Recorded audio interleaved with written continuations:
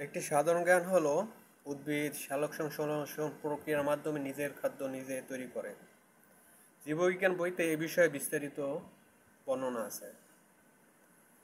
তবে আসল কথা হলো এই সালোক সংশ্লেষণ প্রক্রিয়া সম্পর্কে যেসব তথ্য উপস্থাপন করা হয়েছে তা সঠিক নয়। এর বেশিরভাগ তথ্যই অনুমান নির্ভর এবং মিথ্যা। যেমন এর একটি উদাহরণ হলো আলোক শক্তি রাসায়নিক শক্তিতে রূপান্তরিত হয়, এটা একটা মিথ্যা ব্যাখ্যা।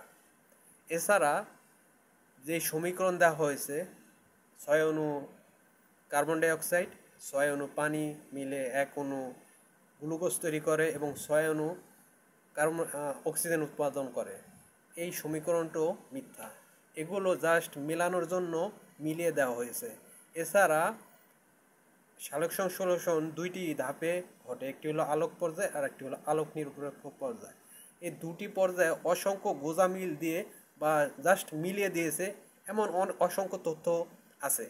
এই কারণে বলা যায় সালোক সংশ্লেষণ প্রক্রিয়া সম্পর্কে যা উল্লেখ আছে তার অধিকাংশই মিথ্যা এবং এক কথায় এই সালোক সংশ্লেষণ প্রক্রিয়াটাই বিষয় পুরোটাই মিথ্যা বলা হয়েছে।